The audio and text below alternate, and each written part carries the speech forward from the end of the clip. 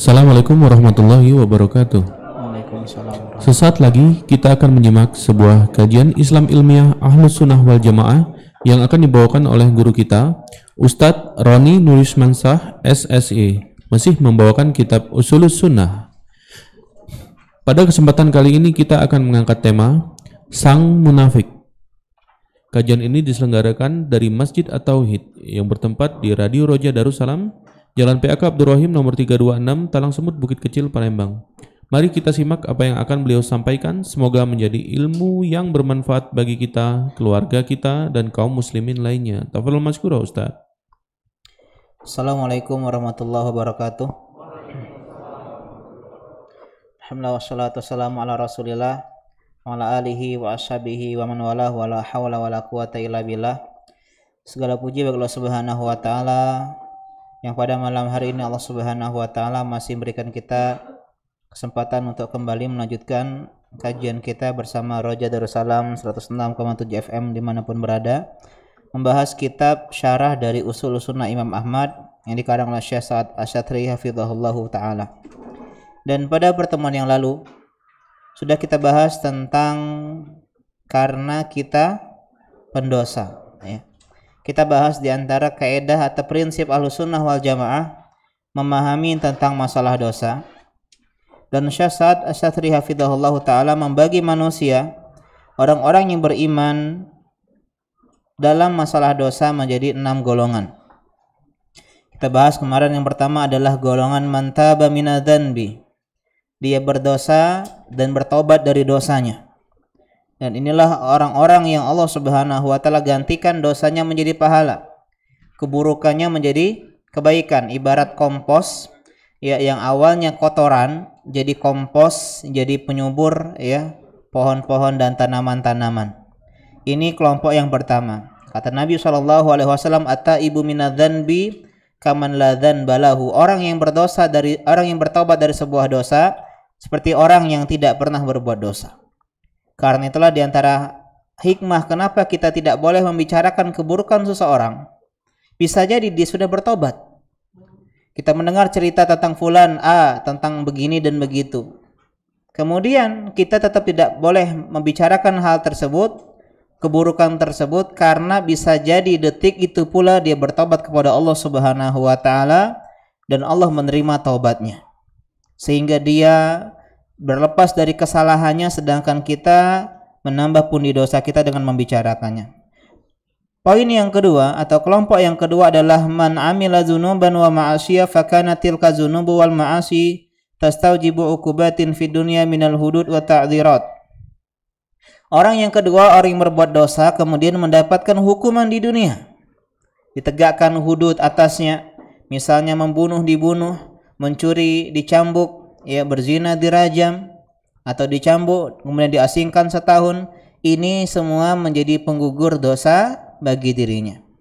Dan orang yang ketiga, man kana ya'malu ma'asyiya wa dzunuban wa anzalallahu alaihi minal uqubat ma yakunu mukaffiran li sayyi'atihi wa dzunubihi. Orang yang ketiga adalah orang yang berbuat dosa kemudian dia mendapatkan musibah, ya, mendapatkan hal-hal yang ya menyakitkan, hal-hal yang membuat dan mendatangkan kesedihan, maka ini pun penggugur dosa-dosa dan kesalahan. Ya.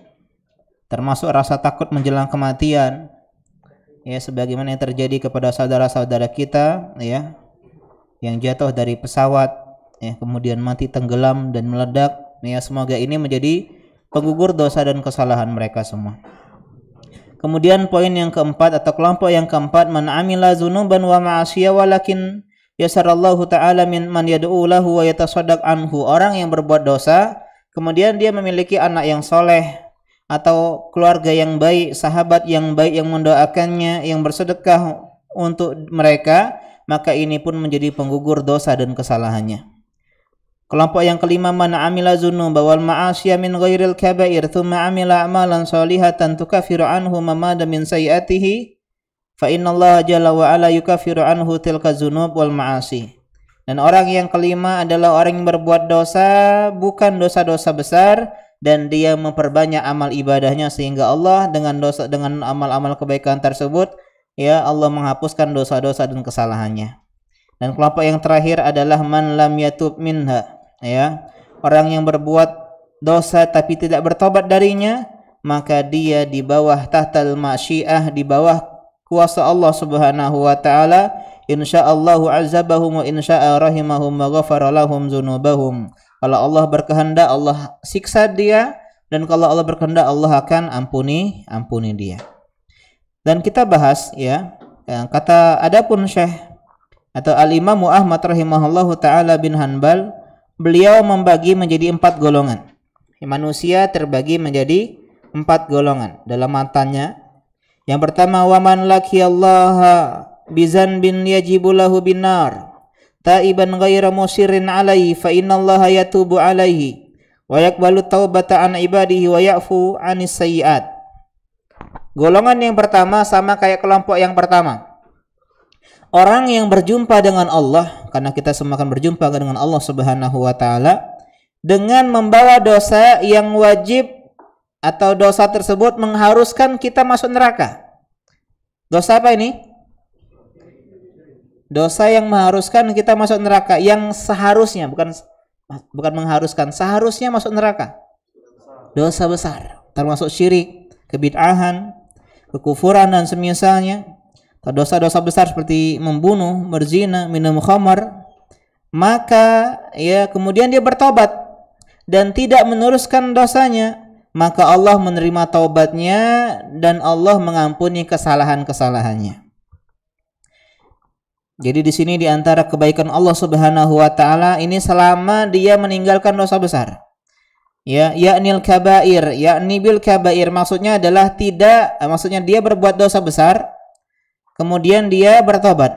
Li'anna sawair yamhullahu bil jitinabil kabair. Adapun dosa-dosa kecil itu bisa gugur, bisa hilang karena amal-amal soleh dan karena hal-hal yang lainnya. Kesedihan itu menghapuskan dosa-dosa kecil. Adapun dosa besar, wa amal kabair fala budda fiha minat taubah. Di antara beda dosa besar, dosa kecil. Kalau dosa kecil bisa hilang dengan wudu, dengan sholat, dengan kajian, dengan hal-hal yang lainnya. Kalau dosa besar ini hanya hilang dengan taubat, tidak hilang dengan amal soleh, tidak hilang dengan ya hal-hal musibah, akan tetapi dia hilang dengan taubat. Meskipun ada khilaf dalam masalah ini. Di antara dalilnya adalah surat An-Nisa ayat ke-31, kata Allah Subhanahu wa taala, in tajtanibu kaba'ira ma tunhauna anhu nukaffir ankum sayyi'atikum wa nudkhilkum mudkhalan karima. Kalau kalian menjauhi dosa-dosa besar yang mana ya kita dilarang untuknya, maka Allah Subhanahu wa taala akan menggugurkan kesalahan kalian dan masukkan kalian ke dalam tempat yang mulia. Jadi teman-teman tolong, prinsip kita paham kita nggak pernah bisa selamat dari dosa. Akan tetapi jadikan dosa yang kita kerjakan ya yang waliyazubillah kita terjerumus ke dalamnya bukan kesyirikan, bukan kebid'ahan dan bukan dosa-dosa besar. Karena itulah kajian setiap malam Selasa penting. Ya, setiap malam Selasa membahas apa? Dosa-dosa besar. Itu dicatat poin-poinnya. Dan berlindung kepada Allah dari 3 hal tadi. Kalau dari semua dosa kita nggak akan mungkin bisa.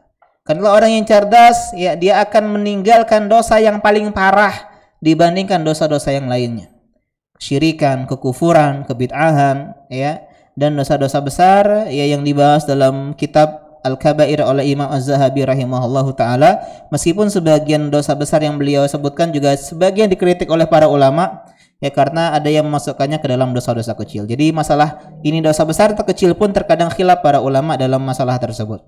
Kemudian juga dari hadis Nabi sallallahu alaihi wasallam, as-salawatul khamsu wal jum'ah ilal jum'ah kafaratun lima bainahunna idza jutunibatil kabair.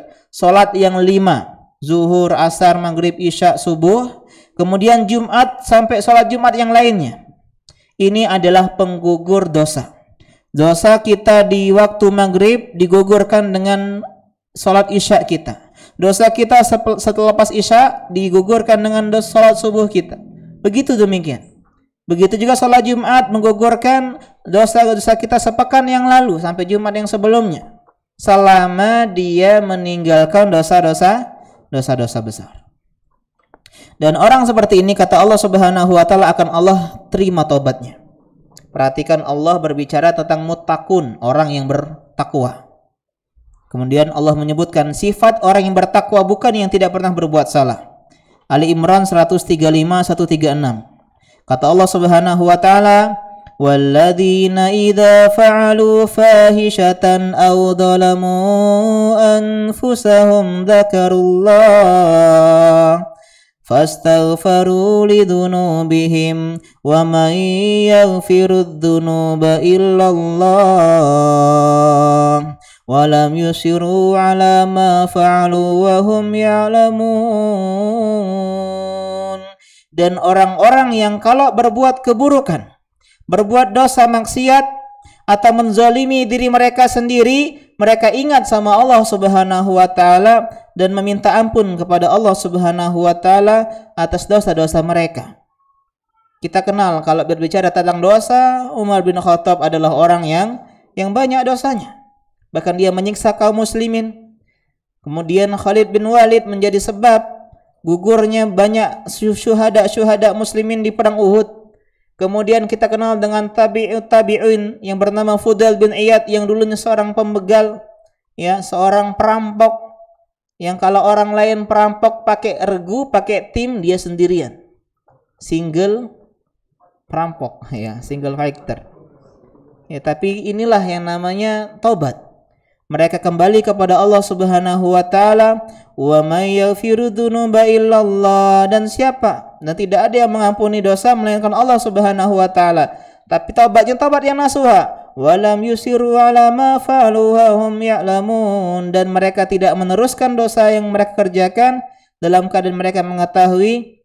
Lanjutnya kata Allah Subhanahu wa taala, ulaika jazaohum maghfiratum mir rabbihim, balasan mereka adalah ampunan dari Allah, wa jannatun tajri min tahtihal anhar, dan surga yang mengalir sungai-sungai di dalamnya. Jadi di antara penghuni surga adalah para pendosa yang mereka meminta ampun kepada Allah Subhanahu wa taala. Khalidina fiha wa ni'ma ajrul amilin, dan mereka kekal di dalamnya, dan itu adalah sebaik-baik ganjaran bagi orang-orang yang beramal.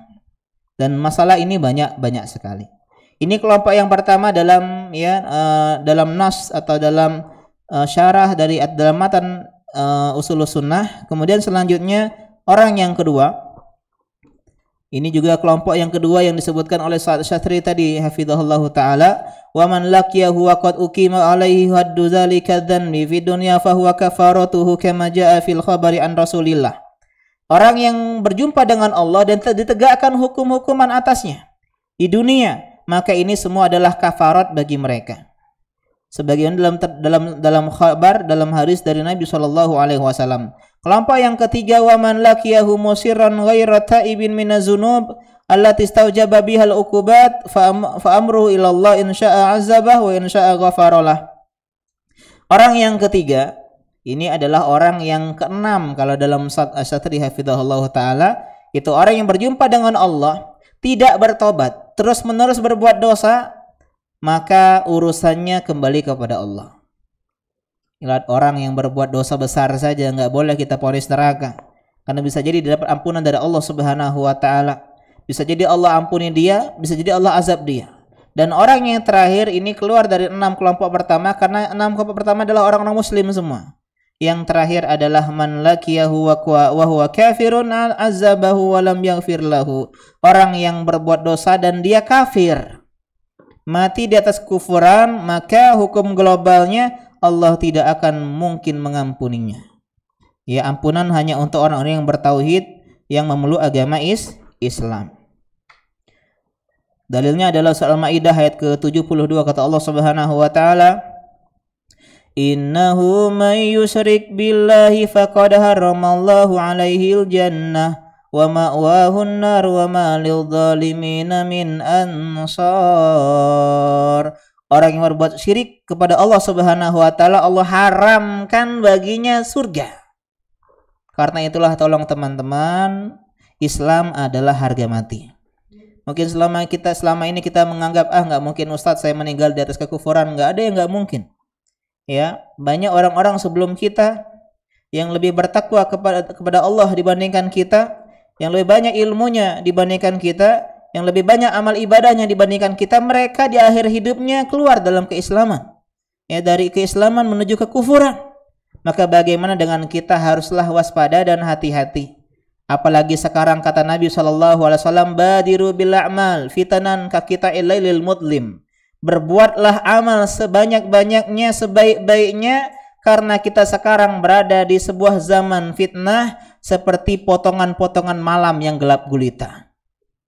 Yang kata Nabi, yusbihu fiha ar-rajul ya mu'minan wa yumsi kafiran. Ada yang pagi harinya masih kajian, masih sholat subuh di masjid, sorenya dia kafir wal iyadzubillah.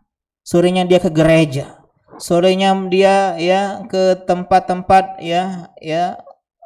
orang-orang non muslim beribadah kepada selain Allah Subhanahu wa taala wal iyadzubillah. Wa yumsi ar-rajulu mu'minan wa yusbihu kafiran. Ada yang sore harinya mereka masih beriman, masih kajian, masih ke masjid at-tauhid, malam-malam dengar kajian, besok paginya wal iyadzubillah dia kafir dari agama Islam wal iyadzubillah. Karena itulah kita waspada. Semiskin apapun kita kelak, ketika datang misionaris membawa sebungkus Indomie, ya, membawa sekarung ya beras, kita katakan kita tidak akan pernah meninggalkan agama ini. Karena kita paham ini prinsip. Karena orang dosa-dosa apapun kita, jangan pernah kita keluar dari agama Islam. Sebejat-bejat apapun kita, jangan pernah keluar dari agama Islam. Karena selama kita masih muslim, selalu ada harapan kita untuk masuk surga Allah Subhanahu wa taala. Tapi selama kita sudah keluar dari Islam, sudah tertutup pintu. Tidak ada lagi peluang meskipun sekecil apapun kita untuk masuk ke dalam surga Allah Subhanahu wa taala. Karena itulah makhluk yang paling buruk bukan hewan babi, bukan anjing, bukan monyet dan semisalnya, tapi adalah orang-orang yang keluar dari agama Islam, orang-orang yang tidak memeluk agama Islam. Kata Allah Subhanahu wa taala Al-Bayyinah ayat ke-6, "Innalladzina kafaru min ahlil kitabi wal musyrikina fi nari jahannam khalidina fiha ulaika hum syarrul bariyah." Orang yang kafir. Jadi kafir itu ada dua. Yang pertama kafir dari ahlil kitab, Yahudi Nasrani. Yang kedua adalah kafir dari selain ahlil kitab, musyrikin, penyembah selain Allah Subhanahu wa taala, Hindu, Buddha, Konghucu, ateisme, musyrikin Mekah dan seterusnya, animisme, dinamisme, ya. Itu semua musyrikin. Fi nari jahannam, semuanya kata Allah di neraka jahanam, kekal di dalamnya, dan mereka lahum syarrul bariyah. The worst, ya, makhluk Allah Subhanahu wa taala. Makhluk Allah yang paling buruk. Masih mending babi, masih mending ya anjing. Kenapa? Karena orang-orang kafir sudah Allah berikan segala. Berikan kehidupan, berikan harta, berikan keluarga, berikan pekerjaan, diberikan dunia, diberikan keenakan, kenikmatan di dunia, tapi dia nggak mau menyembah Allah Subhanahu wa taala saja. Kalau kita punya seorang anak yang kita didik dari kecil, ya, yang dia itu mungkin bukan anak kita, kita asuh dia, kita berikan segala yang kita punya untuk dia, ya, kita didik dia, kita ajarkan dia banyak hal, dia menjadi orang yang punya kenikmatan yang luar biasa. Ketika udah gede, ya, dia tenang kita, dia usir kita dari rumah kita sendiri. Ya, ini orang yang paling bejat nggak? Bejat. Kenapa? Karena dia tidak bisa membalas kebaikan. Bagaimana kalau kebaikan yang memberikannya adalah Allah Subhanahu wa taala? Karena itulah orang kafir adalah makhluk yang paling buruk. Mereka punya akal, mereka punya segala hal, tapi tidak membuat mereka mentauhidkan Allah Subhanahu wa taala. Akan tetapi, Ustadz, gimana dengan sebagian orang-orang kafir yang berbuat baik?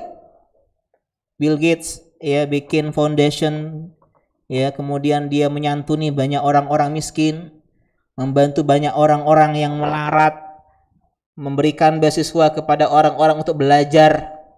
Kita katakan itu semua dibalas di dunia. Dibalas di dunia. Dia mendapatkan kenikmatan, popularitas, relasi yang baik, harta, tahta, kuasa. Tapi di akhirat nothing, nggak ada sama sekali. Allah adil. Beda dengan orang yang kafir bejat dengan kafir baik, dalam tanda kutip baik. Allah adil. Begitu juga di sebagian sahabat seperti seperti Abbas bertanya kepada Rasulullah, gimana dengan pamanmu Abu Thalib?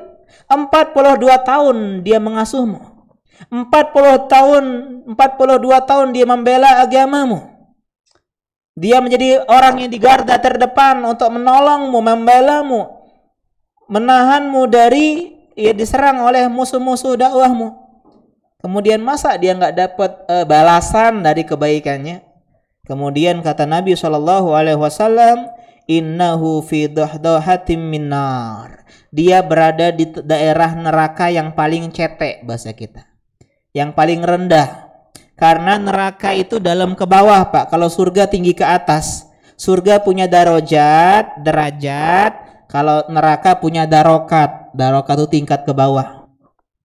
Dan yang paling ringan siksanya yang paling berada di atas. Dan dia diantaranya adalah siapa? Abu Thalib, paman Nabi Shallallahu Alaihi Wasallam, ya, yang dia mati di atas kekufuran karena apa? Solidaritas. Di antara ya toksiknya hubungan relasi adalah solidaritas. Nggak keenaan sama kawan jelek, kawan buruk. Nggak keenaan. Ayo kita sekelas terus ngumpul be ujiannya. Nah, kita nak ngumpul DWA. Ya, akhirnya kita ikut solidaritas. Ketika dia mau meninggal, kata Nabi, ya ammi qul la ilaha illallah, wahai pamanku, ucapkan la ilaha illallah kalimatan uhajulaka biha indallah. Kalimat yang akan jadi hujah di hadapan Allah Subhanahu wa taala untuk dirimu. Udah mau ngomong Abu Thalib, cuman ada Abu Jahal di sana. Ya. Abu Jahal bilang apa? Atarghabu an millati Abdul Muthalib. Abu Thalib, kau memang enggak senang dengan agama bapak kau? Kau enggak senang dengan agama nenek moyang kau? Akhirnya dia enggak keenakan. Solidaritas. Ala millati Abdul Muthalib. Di atas agama bapakku Abdul Muthalib meninggal. Kita apa yang kita berikan kepada Islam? Ada nggak kita jasa terhadap Islam? Nggak ada. Kita nggak ada jasa terhadap Islam. Islam memberikan jasa kepada kita, tapi Allah pilih kalian. Allah pilih kita. Allah nggak pilih Abu Thalib. Karena itulah hidayah itu adalah karunia, pemberian. Allah nggak memberikan kepada Abu Thalib padahal dia membela Nabi. Padahal dia orang yang paling marah ketika Nabi dicela, yang memberikan segalanya untuk melindungi Nabi Shallallahu Alaihi Wasallam. Segan orang musyrikin untuk nyerang Nabi selama Abu Thalib masih hidup. Akan tetapi Allah nggak berikan hadiah hidayah kepada beliau. Allah berikan kepada kita yang mungkin masih malas-malasan kajian. Allah berikan kepada kita yang mungkin masih malas-malasan untuk beribadah. Allah berikan hidayah kepada kita yang mungkin awal-awalnya ikut-ikutan pengajian, tapi kita nggak pernah menghargai hidayah. Kita menganggap hidayah itu barang yang paling murah. Sedangkan seharusnya di antara tips kita agar kita istiqomah, anggap hidayah itu adalah barang yang paling mahal dalam hidup kita. Kalau kebakaran rumah kita, apa yang paling kita selamatkan? Harta yang paling berharga. Begitu juga hidayah, ini adalah harta yang paling berharga dalam hidup kita. Jangan berjudi dengan hidayah. Ya. Ada uang emas dilempar-lempar dekat sungai.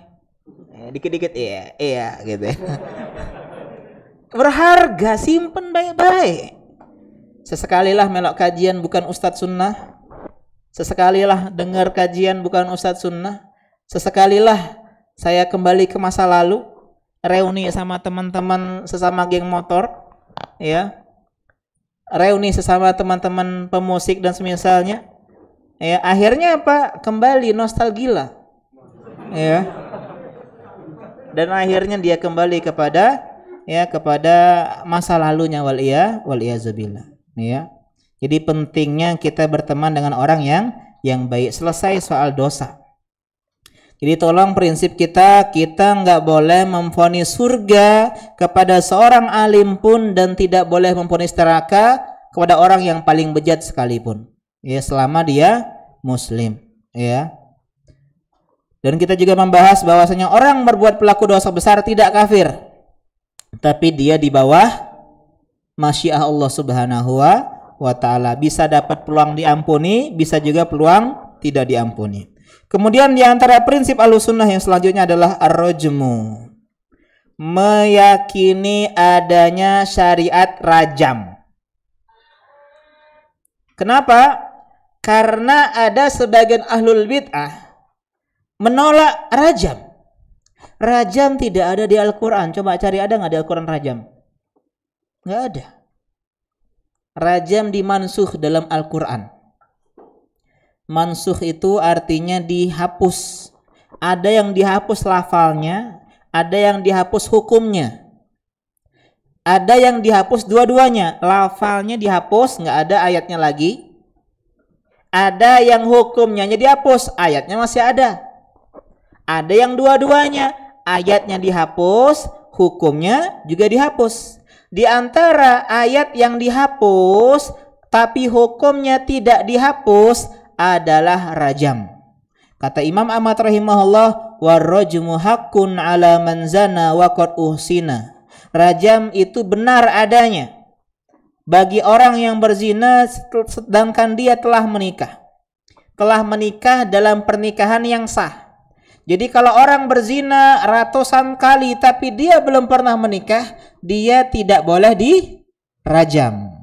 Jadi rajam hanyalah hukuman bagi orang yang pernah menikah dengan pernikahan yang sah dan menggauli istrinya yang sah, meskipun sekarang dia duda maupun janda. Kalau dia berzina, maka dia mendapat hukum rajam. Wal murad bil muhsan alladhi sabaqa lahu zawaj fal muhsan man watiya ba'da an aqada aqdan sahihan ala imra'atin wa huma muslimani hurrani aqilan fa idza aqada ar-rajulu ala imra'atin kadzalika asbaha muhsanan wa idza zana wajaba alaihi rajmu kama rajama an-nabiyyu ma'izan al-aslami wa rajama al-yahudaini wa rajama al-mar'ata al-ghamidiyata wal juhainah. Ini harusnya juhaniyah juga boleh, wa nahwi dzalika atau wa nahwa dzalik. Dan Nabi pernah merajam beberapa sahabat. Di antaranya adalah Ma'iz al-Aslami. Ma'iz, ya, kisahnya ma'ruf ya. Dan dua orang Yahudi. Jadi orang Yahudi ini pernah ya mendapati mereka berzina dan dia datang ke Nabi SAW meminta sebuah hukuman. Jangan-jangan di Islam ini bukan rajam hukumannya. Ya, apa istilahnya ini, mencari apa? Mencari keringanan. Ustadz, apa hukum isbal? Haram. Tidak setuju. Tanya ustadz yang lain, ustadz apa hukumnya? Haram. Tanya lain, haram. Tanya lain, khilaf. Nah, ini dia. Ya. Khilaf, yang rajih adalah haram. Nah, sama baik. Nyari yang lain. Ini nggak boleh. Karena itulah teman-teman, ya sebagian di antara hal yang kurang layak, nggak saya bilang berdosa, cuma kurang layak adalah broadcast soal ke semua ustadz. Ya, pernah dulu ya ada grup ustadz sesumsel ya. Jadi ada pertanyaan, ada ikhwan yang nanya nih pertanyaannya. Ternyata dia udah japri saya, udah japri ustadz yang lain, ya. Ini kurang tepat karena kita orang awam. Orang awam itu tidak bisa menimbang-nimbang. Tidak bisa mengetahui mana yang lebih rajih Ustaz, nggak bisa. Ya, tugas mereka hanyalah taklid tanpa buta. Taklid itu wajib, Pak. Kalau dia awam, orang bodoh, orang yang tidak paham nas, tidak paham thariqah istidlal wa istinbat, taklid. Apa arti taklid? Mengikuti tanpa ilmu. Yang nggak boleh taklid buta. Pokoknya Ustadz abai, ini nggak boleh. Ya, yang lain salah nggak. Tapi saya dalam masalah fikih muamalah saya taklidnya sama Ustadz Erwandi, udah tanya ke beliau. Ya, ini kadang ada sebagian Ustadz Erwandi bilang A, Ustadz Arifin Badri bilang B. Apa pendapat Ustadz? Subhanallah. Doktor, sarjana. Ya, harusnya ikut pendapat keduanya. Silakan pilih di antara keduanya. Masa ya saya harus merojihkan pendapat dokter? Ya. Harusnya lebih layak taklid kepada mereka dibandingkan kepada saya. Ini di antara gambaran. Ya, ini di antara gambaran. Kecuali bagi santri-santri, ini ada santri Mazada nih, ya. Dua udah nikah ini belum, ya. Ya, santri Mazada dia bisa menimbang mana dalilnya. Dia bisa paham akwal-akwal para ulama sehingga dia boleh tanya kepada sebagian ustadz. Ya, ustadz, bagaimana pada ustadz tentang pendapat yang mengatakan bolehnya begini? Dia dengar ada ustadz lain begini dan dia bilang begini. Nah, maka ini di antara marhalah mereka. Itu kurang tepat karena begini dan begitu. Dan mereka bisa paham. Ini di antaranya biar kalian tidak bingung. Banyak kita bingung karena kita nggak fokus kepada satu ustadz dalam menjadikan mereka referensi. Ya, ini bukan berarti nggak boleh ngambil ilmu dari ustadz yang lain, nggak. Tapi apa dalam artinya, ya, dalam berfatwa hendaklah kita mencari ustadz yang paling kita percaya keilmuannya. Udah selesai, satu saja. Ya, kalau dia nggak tahu, baru tanya ustadz yang lain. Ya. Nah, orang Yahudi tadi akhirnya tanya, kata Nabi, rajam. Sama kayak disyaratkan dia ada rajam. Enggak ya Muhammad, dalam kami enggak ada rajam. Coba nih lihat Taurat, enggak ada rajam, ditutupnya sininya. Ya, di situ ada rajam. Ya. Ada Abdullah bin Salam, dia ini sahabat yang dulunya Yahudi. Katanya, angkat tanganmu, gitu. Ya, ketahuan. Ternyata ada rajam. Orang-orang Yahudi hobi mengubah-ubah hukum Allah. Prinsip mereka adalah tajam ke bawah, tompol ke atas. Kalau yang berbuat zina adalah orang-orang besar, para penguasa, mereka ubah syariatnya. Ya, cukup dua orang laki-laki perempuan naik keledai dengan saling membelakangi, kemudian wajahnya dicomeng-comengi dengan arang atau dengan hal-hal hitam, berdua diarak-arak keliling kota Palembang. Ini bezina, ini pezina, udah selesai. Balik ke rumah, mandi lagi, belagak lagi, zina lagi, ya. Sedangkan dalam Islam rajam, dilempari batu sampai mati di hadapan banyak orang. Idza tarafa aw qamat alaihi bayyinatun. Kapan rajam ditegakkan? Kalau dia ngaku. Kalau ada seorang yang berzina, viral videonya, kemudian dia ngaku, iya aku itu nian, kena rajam budak itu. Ya. Dalam Islam kena rajam karena dia sudah mengaku. Atau tegak saksi, ada buktinya 4 saksi mata. Dan kalau saya berpendapat video nggak boleh dijadikan saksi, ya, karena video bukanlah melihat secara langsung. Yang boleh hanyalah 4 orang yang melihat rame-rame dan benar-benar yakin, baru ditegakkan rajam. Dan kata Ibnu Taimiyah rahimahullah, tidak pernah ada ceritanya ditegakkan rajam karena 4 saksi. Susah dah nyari 4 uang. Susah. Ya. Kadang 3. Nyari siko lagi, lah bubar. Ya. Lah kabur, ya. Atau 4-4-nya nyingok cuman masih ragu-ragu, masuk apa tidak itu, Jadi harus benar-benar 4 ini melihat dengan mata telanjang dan gak ragu lagi 4-4-nya. Kalau yang datang cuma 3 atau 2, maka kedua dan ketiga tadi kena cambuk. Karena dia tidak melindungi kehormatan saudaranya. Coba bayangkan sekarang kalau yang viral kena cambuk juga itu. Ya padahal dosanya di bawah zina. Kalau zina yang besar dosanya saja kita nggak boleh viralkan, apalagi cuman sebulan nih boncengan berdua, ya, diviralkan, ya itu chat seorang Habib diviralkan, ya, atau diviralkan hal-hal yang lainnya. Ada ustadz merokok misalnya dalam kamar mandi, ya, diviralkan misalnya, maka ini lebih tidak layak lagi, ya, lebih tidak layak lagi karena al-qazaf, menuduh seorang berzina meskipun sebenarnya berzina beneran.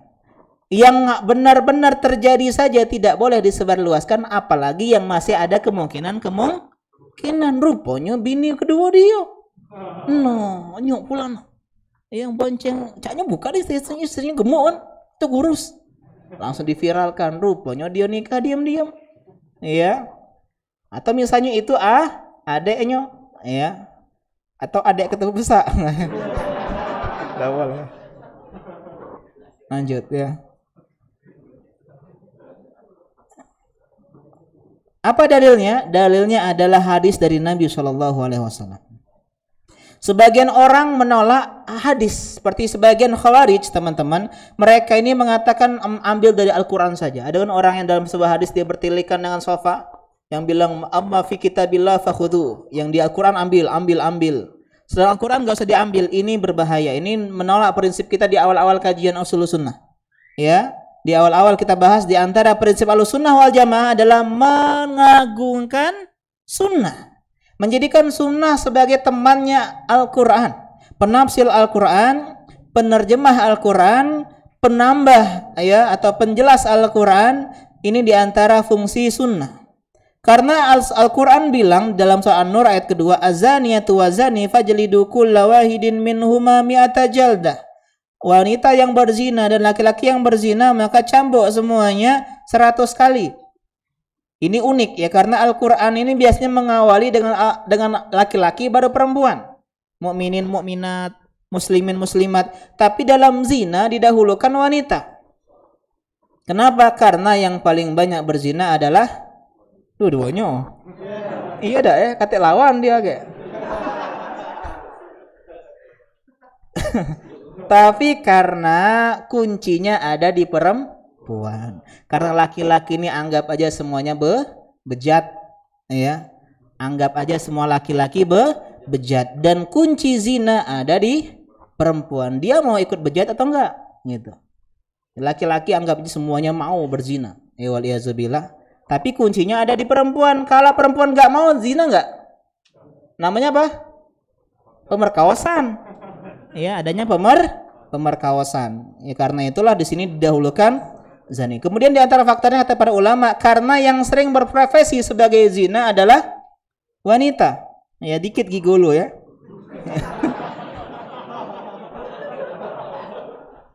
Lanjut ya, fala ta'khudhukum ya fala ta'khudkum bima raf'atun fi dinillah. Janganlah kalian ya kasihan kepada mereka. Dicambuk 100 kali. Kata orang-orang Khawarij, mana rajam? Enggak ada. Di sini perintahannya dia apa? Dicambuk. Mana di Al-Qur'an sebutkan ayatnya? Kita katakan ada dalam hadis, ya. Lakin hadzal istidlal islamu wa sahihin li anna lafzul amma fi kitabin yumkinu takhsisuhu biwasitati sunnah. Kita katakan yang umum di Al-Quran bisa dikhususkan dengan yang sunnah, yang global di dalam Al-Quran bisa dirinci dengan sunnah. Karena itulah di antara hal yang kita pahami, belajar Al-Quran harus disandingkan dengan belajar sunnah. Saya sering katakan, kalau ada yang mengatakan Al-Quran baik, bagaimana cara dia sholat? Karena nggak ada di Al-Quran cara sholat. Nggak ada disebut takbiratul ihram, kemudian baca ini, kemudian ruku, sujud, kemudian duduk, dan nggak ada bacaannya, nggak ada. Bagaimana dia umrah, nggak ada. Bagaimana ya cara dia sa'i, apa saja yang dibaca, secara dia tawaf, apa saja yang dibaca, tidak ada di Al-Quran secara terperinci. Adanya hanya secara mujmal, secara global saja. Karena itulah begitu juga masalah rajam. Meskipun di Al-Quran tidak ada rajam, tapi disebutkan dalam hadis Nabi SAW, khudu anni qad ja'alallahu lahunna sabila al-bikru bil bikri jildu mi'atin wa targhibu amin wa thayyibu bi thayyibi al-jildu war-rajmu.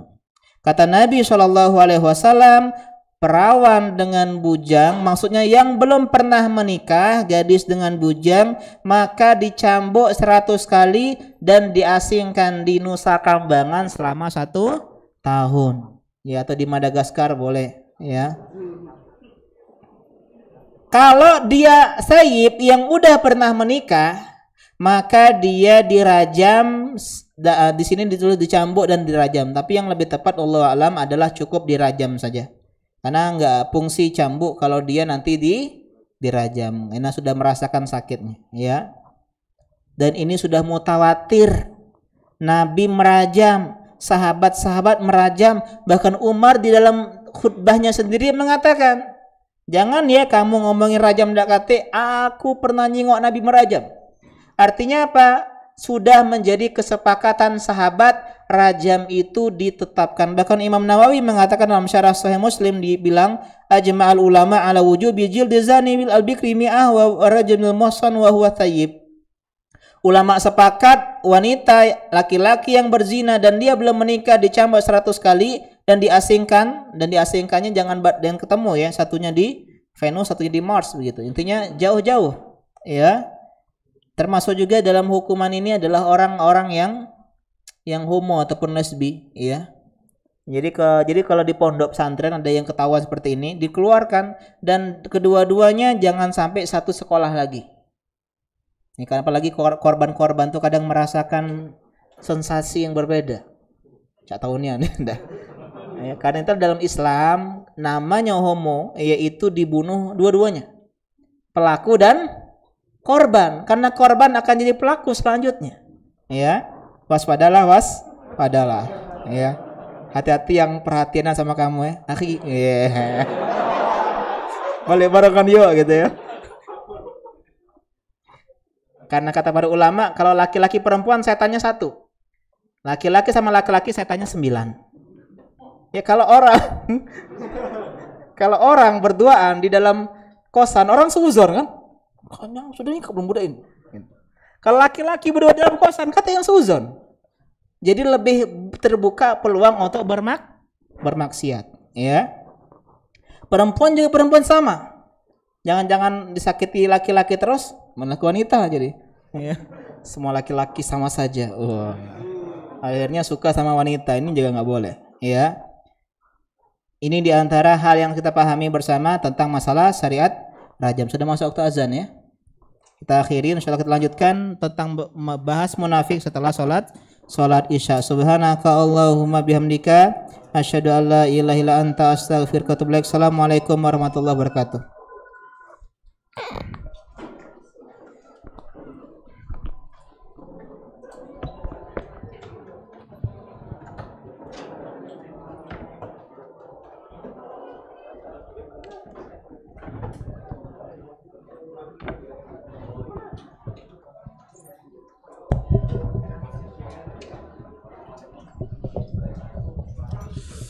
الله أكبر الله أكبر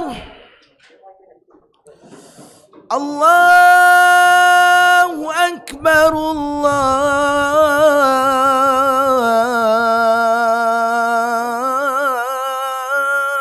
الله أكبر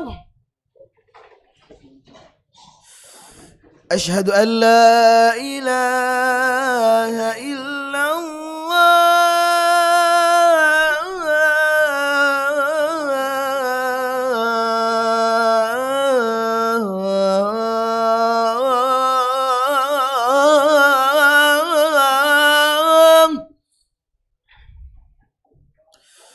أشهد أن لا إله إلا الله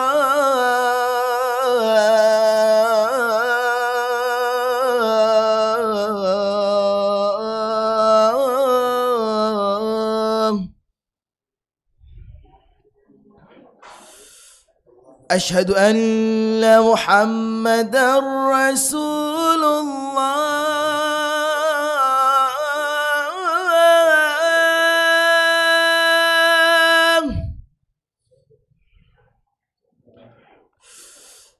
أشهد أن محمدا رسول الله.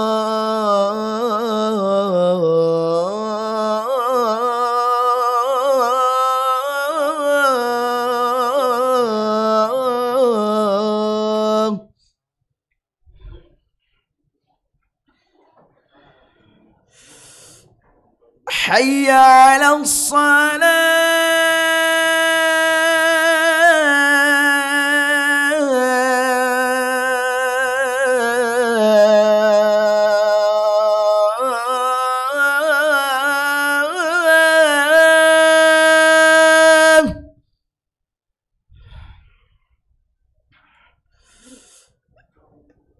حي على الصلاة.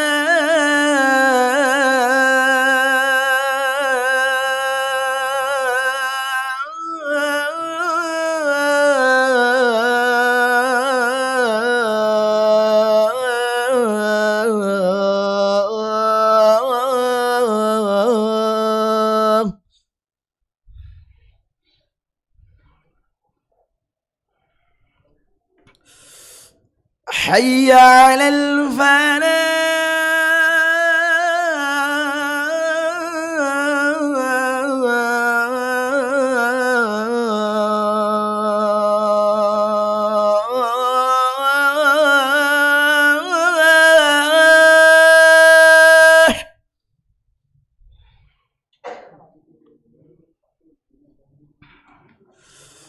حي على الفلاح.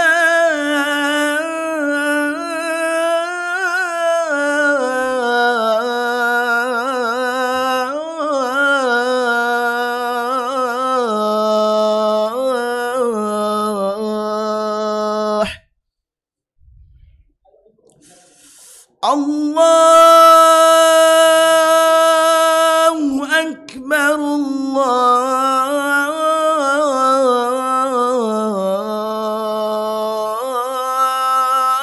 الله أكبر.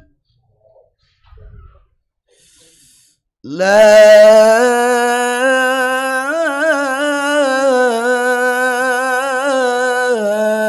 إله إلا الله.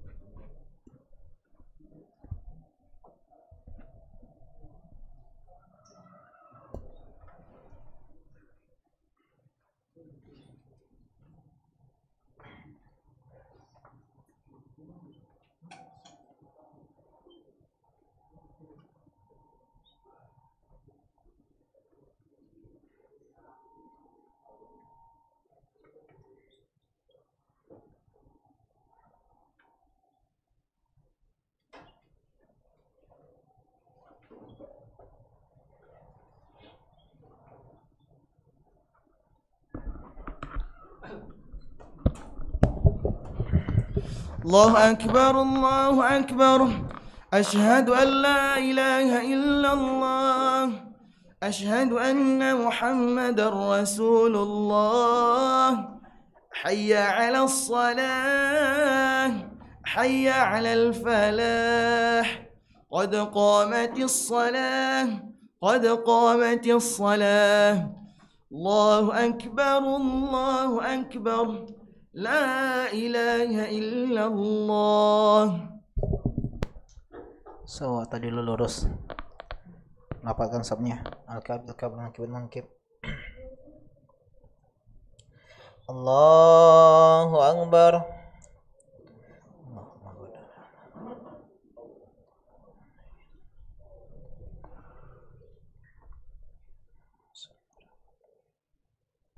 Alhamdulillahi Rabbil Alamin.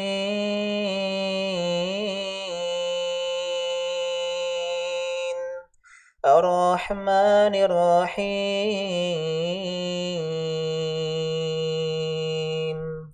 Maliki Yaumiddin.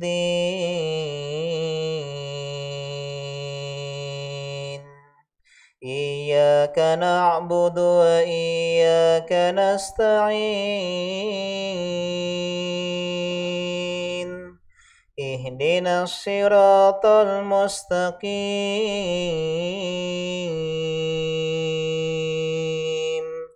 Siratal ladzina an'amta 'alaihim ghairil maghdubi 'alaihim waladdallin.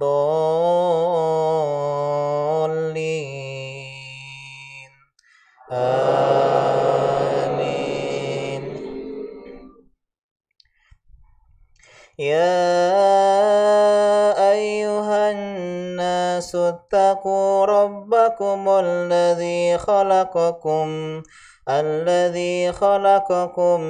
min nafsin wahidah wa khalaqa minha zawjaha wa batha minhuma rijalan katsiran wa nisaa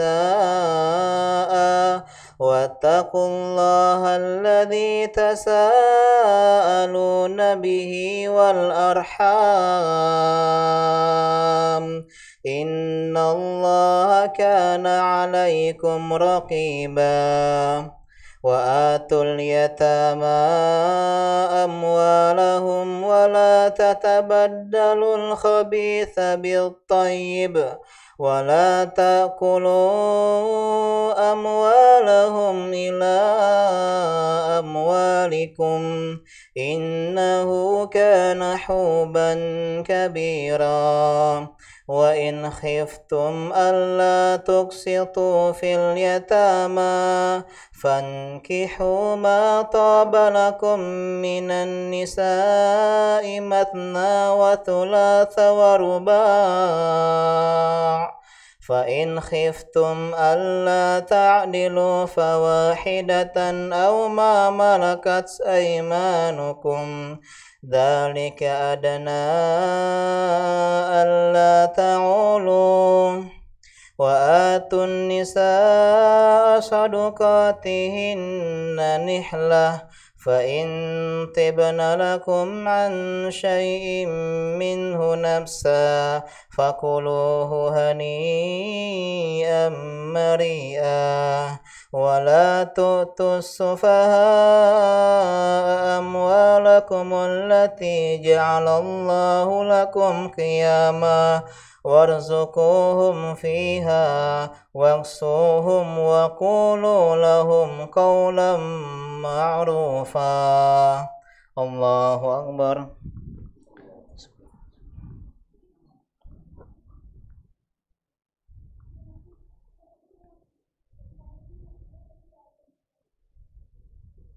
Sami'allahu liman hamidah.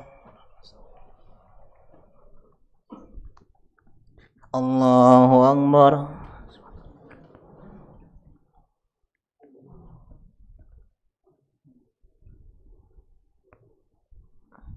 Allahu Akbar.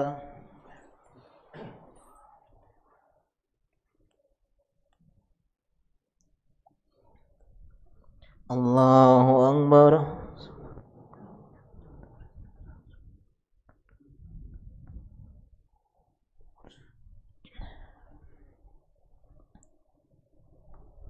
Allahu Akbar. Bismillahirrahmanirrahim. Alhamdulillahi Rabbil Alamin.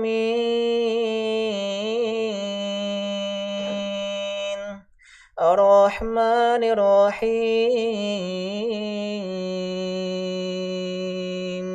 مالك يوم الدين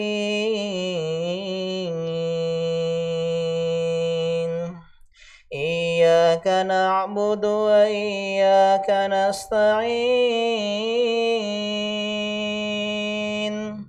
اهدنا الصراط المستقيم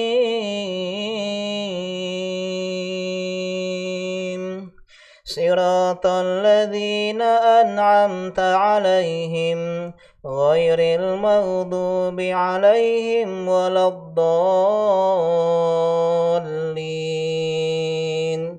آمين. يا أيها الذين آمنوا اتقوا الله وقولوا قولا سديدا يصلح لكم أعمالكم ويغفر لكم ذنوبكم ومن يطع الله ورسوله فقد فاز فوزا عظيما إنا أردنا الأمانة على السماوات والأرض والجبال فأبين أن يحملنها وأشفقن منها وحملها الإنسان إنه كان ظلوما جهولا ليعذب الله المنافقين والمنافقات والمشركين والمشركات ويتوب الله على المؤمنين والمؤمنات وكان الله غفورا رحيما. الله أكبر.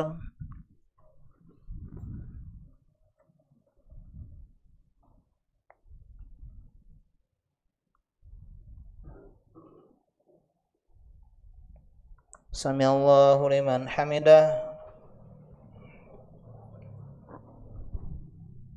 Allahu Akbar.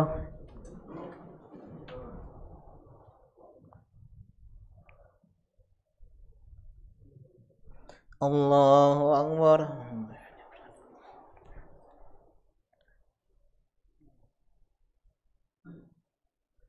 Allahu Akbar.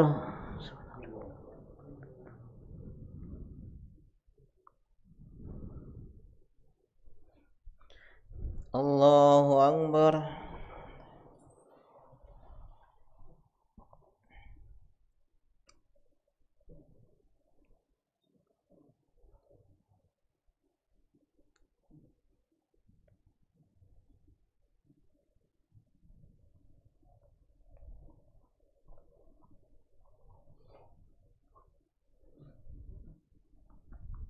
Allahu Akbar.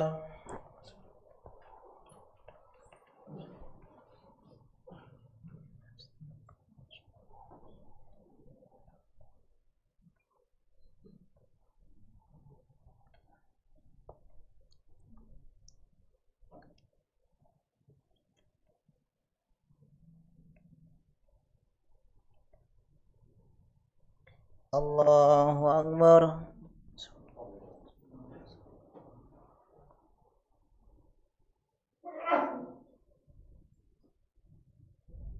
Sami Allahu liman hamidah.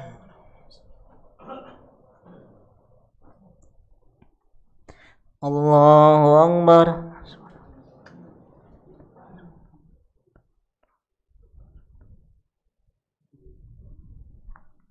Allahu Akbar.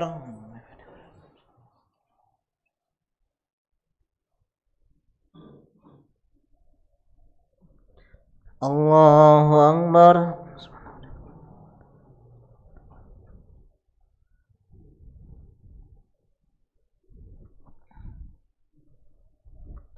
Allahu Akbar.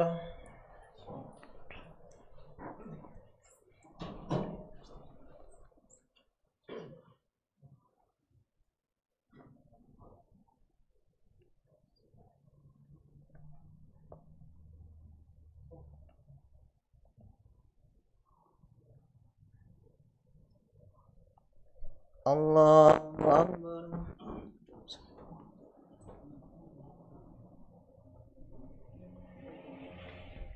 Sami Allahu liman hamidah. Allahu Akbar.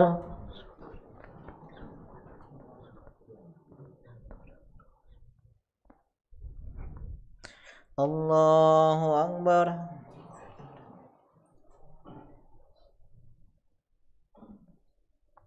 Allahu Akbar.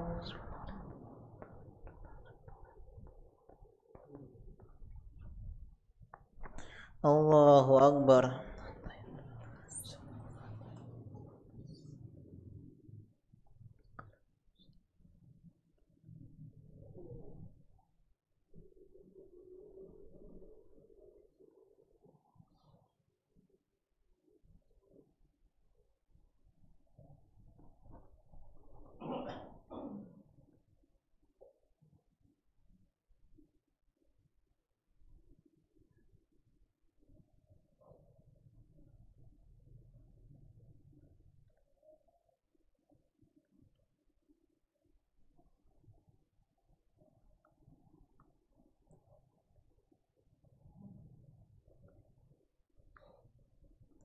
Assalamualaikum warahmatullahi.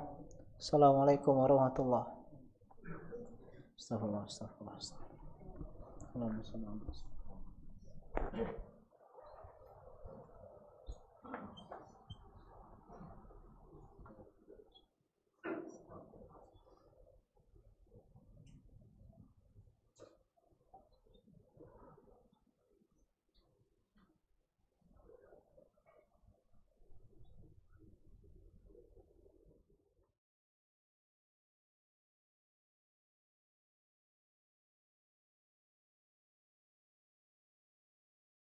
بسم الله الرحمن الرحيم عما يتساءلون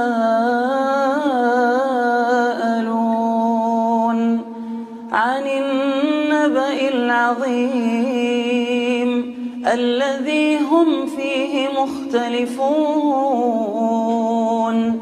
كلا سيعلمون ثم كلا سيعلمون ألم نجعل الأرض مهادا والجبال أوتادا وخلقناكم أزواجا وجعلنا نومكم سباتا وجعلنا الليل لباسا وجعلنا النهار معاشا وبنينا فوقكم سبعا شدادا وجعلنا سراجا وهاجا وأنزلنا من المعصرات ماء ثجاجا لنخرج به حبا ونباتا وجنات ألفافا إن يوم الفصل كان ميقاتا يوم ينفخ في الصور فتأتون أفواجا وفتحت السماء فكانت أبوابا وسيرت الجبال فكانت سرابا إن جهنم كانت مرصادا للطاغين مآبا لابثين فيها أحقابا لا يذوقون فيها بردا ولا شرابا إلا حميما وغساقا جزاء وفاقا إنهم كانوا لا يرجون حسابا وكذبوا بآياتنا كذابا وكل شيء أحصيناه كتابا فذوقوا فلن نزيدكم إلا عذابا إن للمتقين مفازا حدائق وأعنابا وكواعب أترابا وكأسا دهاقا لا يسمعون فيها لغوا ولا كذابا جزاء من ربك عطاء حسابا رب السماوات والأرض وما بينهما الرحمن لا يملكون منه خطابا يوم يقوم الروح والملائكة صفا لا يتكلمون إلا من أذن له الرحمن وقال صوابا ذلك اليوم الحق فمن شاء اتخذ إلى ربه مآبا إنا أنذرناكم عذابا قريبا يوم ينظر المرء ما قدمت يداه ويقول الكافر يا ليتني كنت ترابا.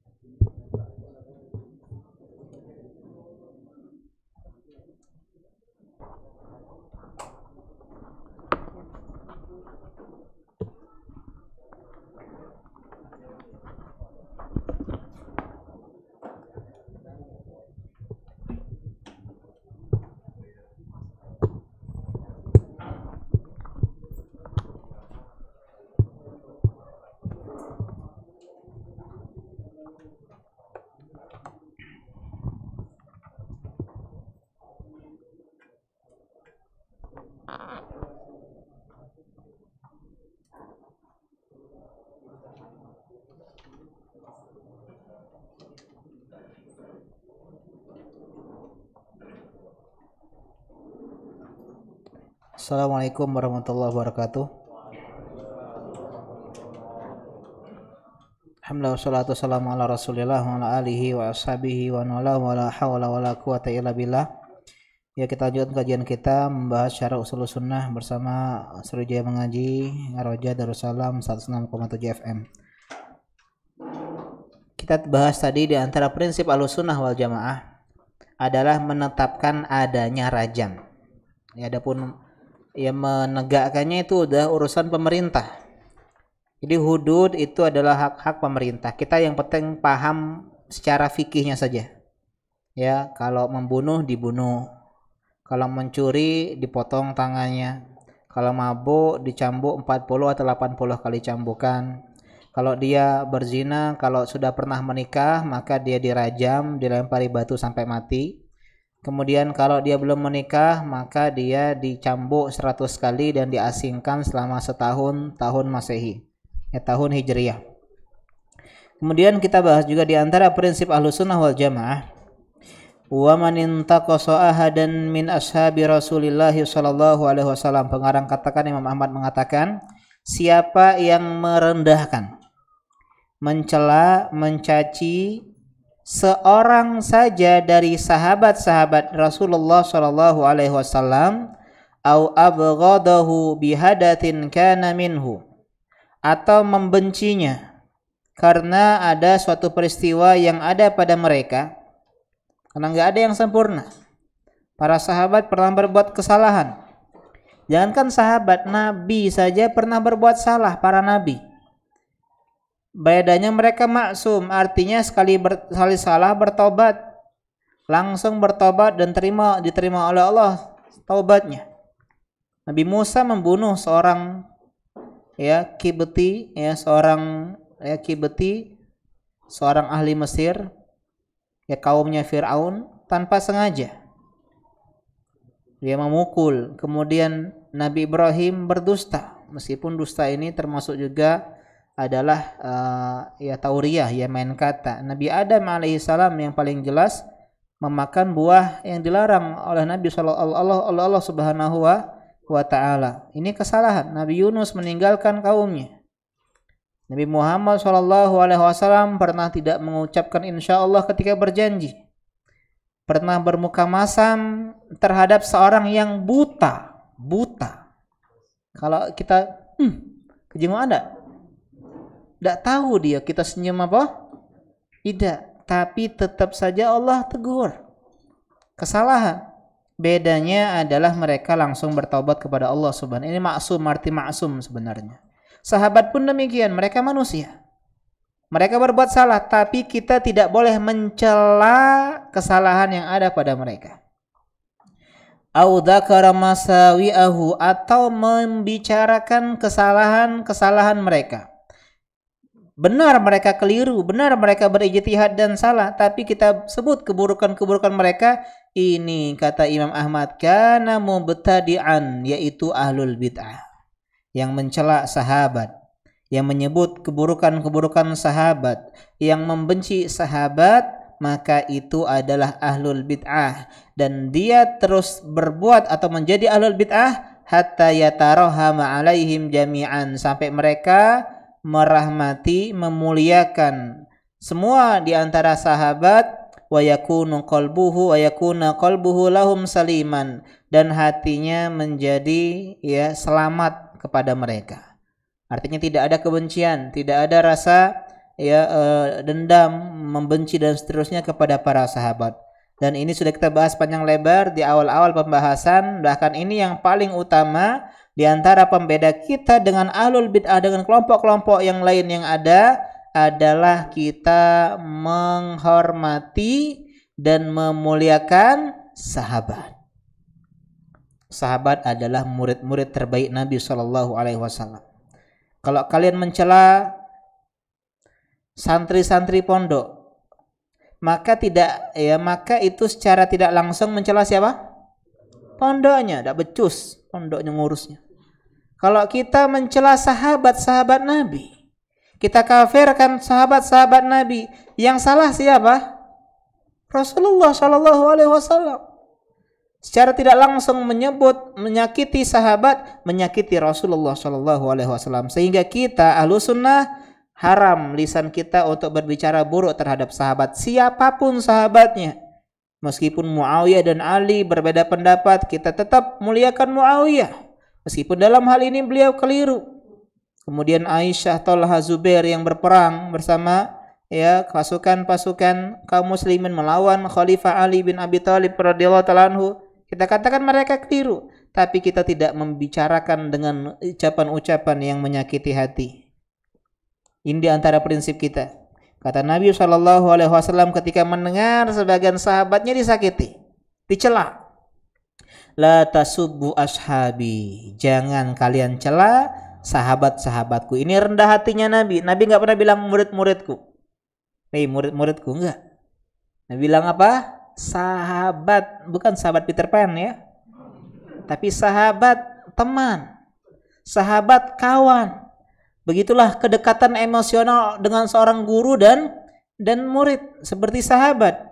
Jangan kalian cela sahabat-sahabatku. Falau anna ahadakum anfaqa misla Uhudin, dalam sini zahaban ma balagha mudahadihim wala nasifahu. Seandainya kalian, kita di sekarang ini, sedekah sebesar gunung Uhud emas. Gunung Uhud itu tingginya 1 kilo kalau nggak salah. Kemudian lebarnya sekian kilo. Dia lebar, kemudian cukup tinggi. Ingat teman-teman, gunung di Arab Saudi itu bukit persik kita. Bukit Gua Hiro, gunung Jabal Nur, Jabal Rahmah, kemudian yang Jabal itu bahasa kita bukit. Bukan bukit seguntang, bukan. Tapi bukit artinya tingginya enggak terlalu. Kalau kita kan Semeru 3000 mdpl dan seterusnya Kalau itu paling 1 kilo dan seterusnya. Jadi masih agak rendah. Tapi panjangnya, Uhud artinya ahad. Apa arti ahad? Satu. Apa arti satu? Jumlah. jadilah jomblo seperti gunung Uhud. Kata Nabi, yuhibbuhullahu ya wa rasul yuhibbullah wa rasulahu. Gunung Uhud mencintai Allah dan Rasulnya. Jangan bilang jomblo tanpa cinta, enggak. Kita punya cinta. Untuk siapa? Allah dan Rasulnya. Sebelum kita mencintai calon pasangan kita nanti ketika sudah nikah, mencintai anak-anak dari dia, cintai dulu Allah dan Rasulnya. Ya, lanjut. Itu masalah gunung Uhud. Sedekah emas, bukan duit, emas. 1 gram berapa? 1 gram? Iya. Kamu kali 1 gram mau langsung dia 1.900.000 sekian. Ya, kalau kita laki-laki tuh nggak tahu harga emas ya. Ya, kita taunya harga sepeda, nggak ya. Harga PS5 kita tahu ya. Kalau perempuan shopping, kalau laki-laki gaming katanya. Ya, jadi sedekah sebesar gunung Uhud emas itu tidak menyamai sedekahnya sahabat muddahum. Mabalagha muddahum, sedekah segini. Wala nasifahu, dan cuman 1 telapak tangan. Sedekah sahabat. Kalau kita bahas kemarin di awal-awalnya, sahabat itu ujiannya luar biasa. Dan bahas nanti tentang sang munafik. Jangan kita berangan-angan hidup dengan bersama Nabi SAW. Oh, lemah ya menjadi sahabat Nabi. Ya, oh sholat belakang Nabi, dengar ceramah Nabi. Oh, ya enaknya. Ya. Nggak taunya kita di zaman Nabi malah jadi apa? Menjadi pemusuh dakwah Nabi. Ya. Wal iyazu billah, lebih enak sekarang. Ya. Bayangkan kalau antum bertemu seseorang yang bisa jadi Allah memberikan dia ilmu yang gaib tentang keadaan kita. Alangkah deg-degannya. Ya. Oh, kita ini ketahuan agak rupanya apa? Marahi bini, baru sebelum kajian marahi bini ketahuan. Jadi nggak tenang hati kita. Kalau sekarang nggak ada nggak ada lagi nabi, ya nggak ada lagi apa orang yang Allah berikan kepadanya ya wahyu hal-hal yang gaib, sehingga kita merasa aman dari hal-hal tersebut. Ya, kita lanjutkan tadi. Jadi di antara hal yang kita bahas adalah memuliakan sahabat Nabi, jangan mencelanya.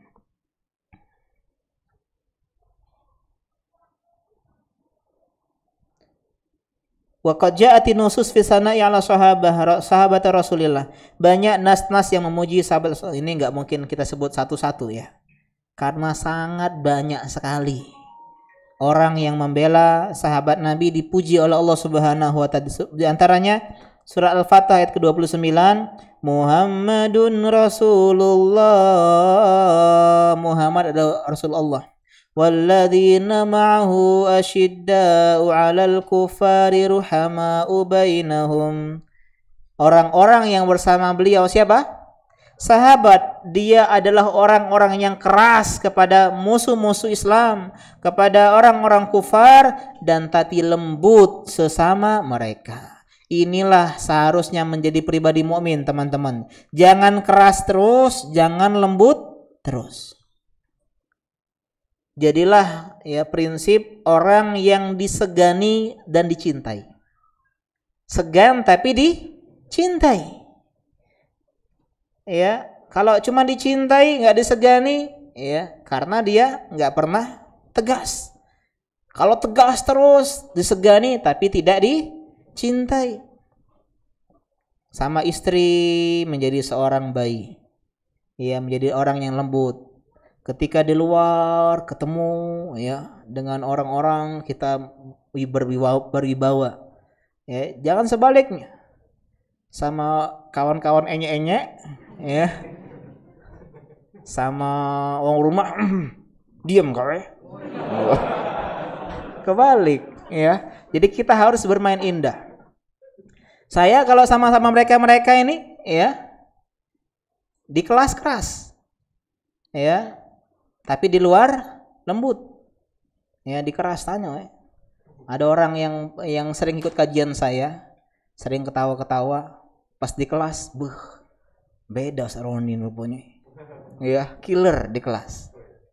Sama anak SMP kebalik. Di kelas kita ketawa-tawa, di luar kelas ya saya keras. Karena di sana rem semua, ustaznya lembut-lembut semua. Kalau nggak ada yang tukang marah ya nggak bisa.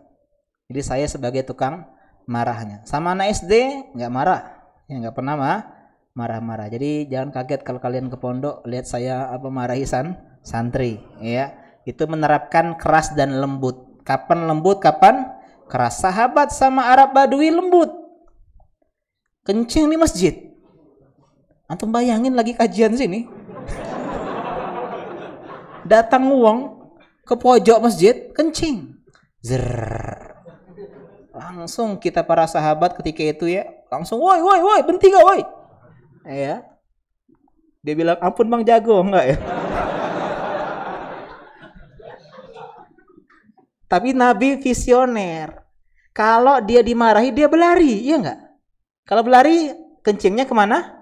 Mana-mana, susah. Tapi masjid meresinnya, ya. Atau kalau dia tahan sakit, lagi enak-enak kencing ditahan, sakit, bisa jadi kencing batu dan semisalnya. Nabi visioner, selesai dia kencing disuruh ya bersihin oleh sahabat, dipanggil dia, Nabi lembut, inna hadzal masjid la yaslu fi syai'un min qadarin nas, ya ini enggak cocok, enggak boleh di sini kotoran manusia, tempat sholat, tempat baca Quran.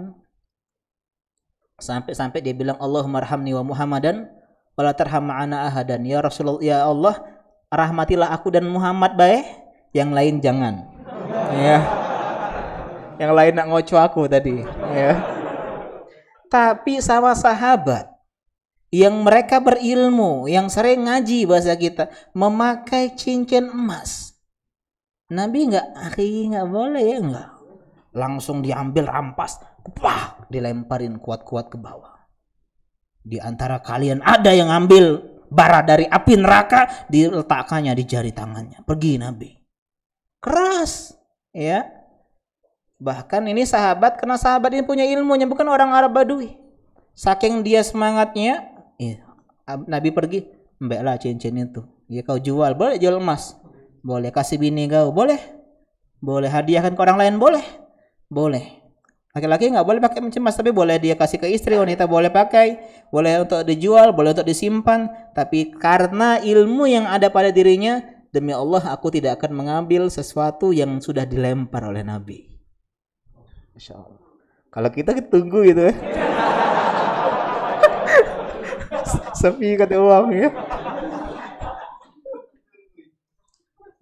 Ya, jadi ini ya prinsip para sahabat sama sahabat-sahabat yang lain lemah lembut, sama orang kafir tegas, dan kita kebalik, sama sesama ahlus sunnah keras-kerasan, tapi sama orang awam yang belum ngaji lembut. Wah, ini kebalik. Harusnya sesama kita berlemah lembut, meskipun beda pendapat, sesama ahlus sunnah, sama yang akhirnya sama lemah lembut. Sebagian teman kita enggak, teman kita ya mengatakan kita ini lebih seram dibandingkan orang-orang kafir yang salam tidak dijawab. Dia salah prinsip ini. Mereka sama orang-orang kafir, dan Khawarij pun demikian. Khawarij kata Nabi SAW apa? Yaqtuluna ahlal Islam wa yada'una ahlal ausan.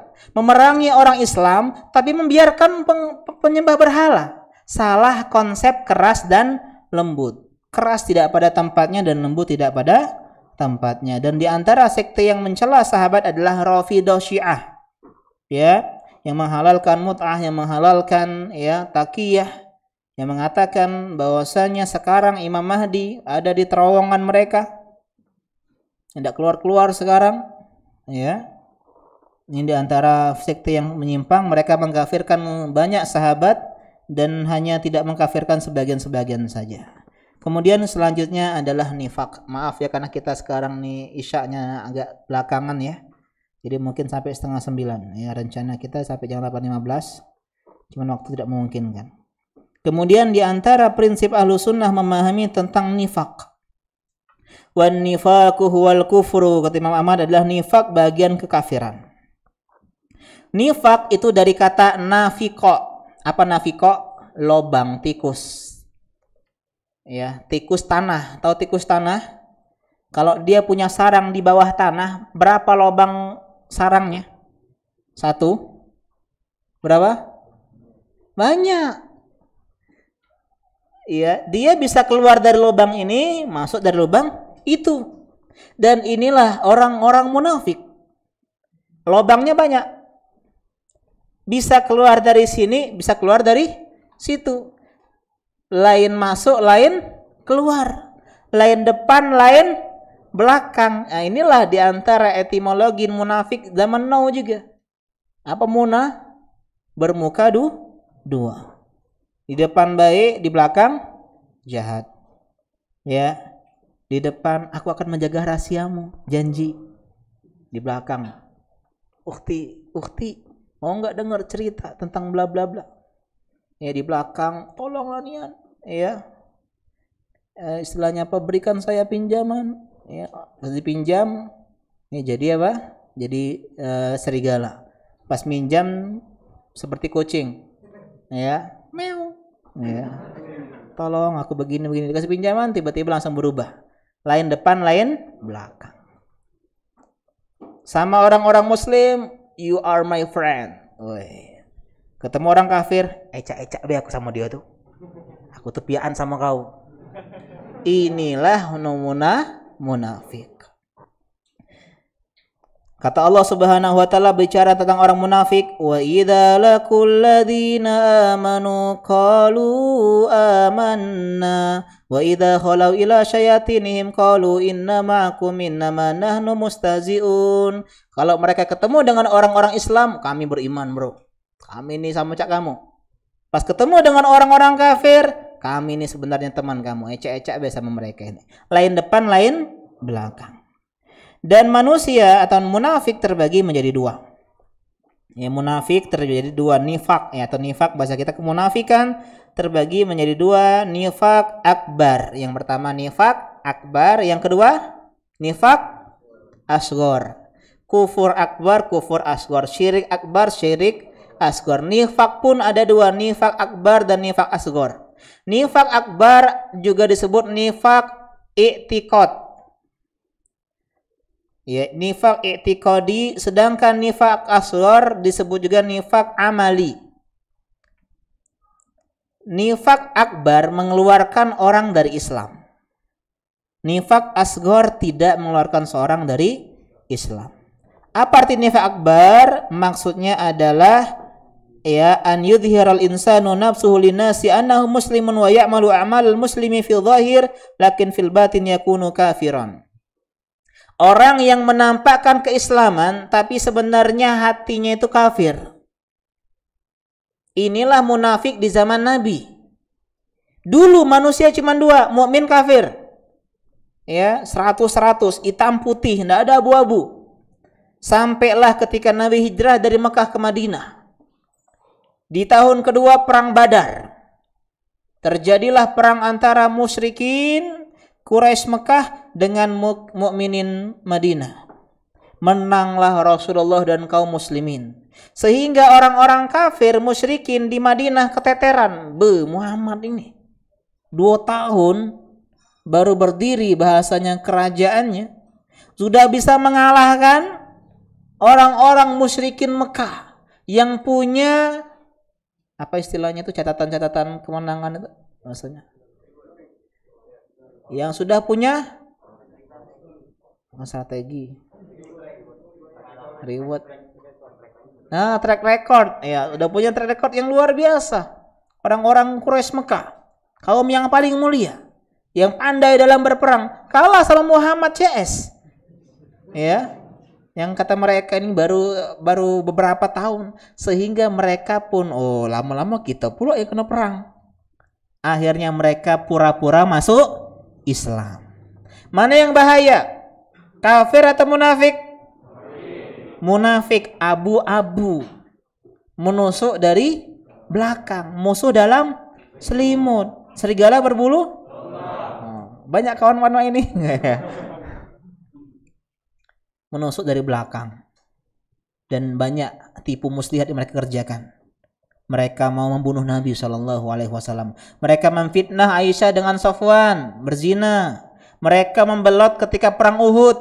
Perang Uhud tuh 1.300 teman-teman, nah, sahabat itu. 1 lawan 2 kurang lebih, lawan musyrikin 3.000 lawan 1.300. 1.500 lah kurang lebih, 1 lawan 2. Cuma di tengah jalan 300 orang munafik ini membelot. Ya, bayangkan betapa ya rusuhnya hati para sahabat ketika itu. Ya, tinggal 1.000 mereka, 1 lawan 3. Bukan soal mereka itu pulang nggak masalah, tapi soal apa? Psikologis. Ya kita mau perang ya, kita mau ini ya, main sepak bola misalnya, ya udah siap semua. Tiba-tiba di tengah jalan sebagian orang ini nggak jadi main. Itu kan mengganggu stabilitas kita, ya sebagai seorang tim. Begitu juga inilah makar-makar orang-orang munafik, dan gembongnya adalah Abdullah bin Ubay bin Salul. Karena ini lebih berbahaya, ya karena ini lebih tipu muslihat, dan mereka itu sholatnya di belakang Nabi loh. Mereka dengar kajian Nabi Shallallahu Alaihi Wasallam, berperang bersama Nabi, berpuasa bersama Nabi, hidup bersama Nabi. Tapi kata Allah, Innal munafiqina fid darkil asfali minan nar. Orang-orang munafik berada di dasar, di darokat neraka yang paling bawah. Ya, ini kelompok yang pertama yang kita bahas, nanti pertemuan selanjutnya lebih dalam lagi. Kelompok yang kedua, nifak amali atau nifak asghar. Menampakkan kebaikan di hadapan manusia sebagai seorang yang soleh, sebagai seorang ahli ilmu, sebagai orang yang sering ngaji, tapi di kesendiriannya dia menyelesaikan itu semua. Kalau ada Islam tidak munafik zaman ini, kelompok ini?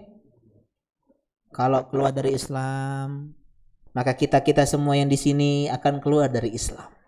Karena inilah hakikat kita sang munafik. Jadi kita sang munafik karena dalam dan luar kita beda. Wah, kita ahlan ya akhi. Wah, Masya Allah. Tapi dalam sendiri kita nggak sebaik, nggak seindah di luar kita. Inilah kita. Inilah yang dikhawatirkan para sahabat. Inilah yang sahabat mengatakan, Ibnu Abi Mulaikah mengatakan adraktuna min ashabin nabi salasina min ashabin nabi kulluhum yakhafu nifaq ala nafsihi. Saya ketemu dengan 30 sahabat dan semuanya takut jadi orang munafik, dan kita pun harus demikian. Jangan-jangan kita munafik, menampakkan keislaman, menampakkan pribadi yang soleh, tapi sendiri kita waliyazubillah mungkin lebih bejat dibandingkan orang-orang awam. Ya, kita diri ikhwan kita ahlan, tapi sama istri, sama orang tua, ya, sama kesendirian kita, sama histori medsos kita, ya. Karena itulah ini PR kita. Dan selalulah ada rasa takut seperti ini, kata Al Hasan Al Basri, la yakhafuhu illa mu'min. Karena enggak ada yang takut dengan kemunafikan kecuali dia orang beriman. Tapi orang yang mengatakan aman, ya, dia bilang aminahu fahuwa munafik. Tapi enggak mungkin lah aku munafik. Haji terus gitu loh. Ya, maka inilah munafik sejatinya. Ya. Ini yang akan kita bahas nanti, kisah tentang bagaimana tentang orang-orang munafik. Bagaimana sahabat-sahabat dahulunya khawatir terhadap kemunafikan. Insya Allah kita bahas pertemuan selanjutnya tentang kemunafikan dan kekufuran. Ya, jadi kita tinggal 2 pertemuan lagi khotam. Ya, dan kalau bisa kita khotam bersama-sama ya, 23 episode. Ya, kayak pandemi ya. 23 episode. Ya, kita sekarang ketanya jawab ya. Cepat-cepat aja, ini sudah jam setengah 9.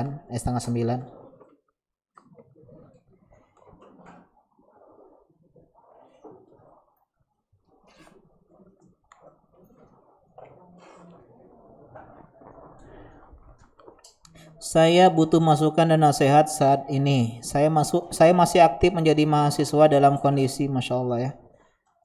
Dalam kondisi sekarang saya diajukan oleh pihak dekanat dan rektorat untuk maju dalam pemilihan ketua dalam organisasi dengan alasan gerakan saya sebelumnya meredam aksi-aksi yang sering terjadi di kampus. Ya, jadi ini musuhnya para aksi nih. Saya tahu jika saya maju saya bisa futur. dan jika saya tidak maju akan pasti ada mudarat atau kesempatan untuk saya menyebarkan kemudahan dakwah di kampus. Masya Allah. Ya barakallahu fikum. Balil insanu ala nafsihi basir. Orang lebih tahu tentang dirinya sendiri.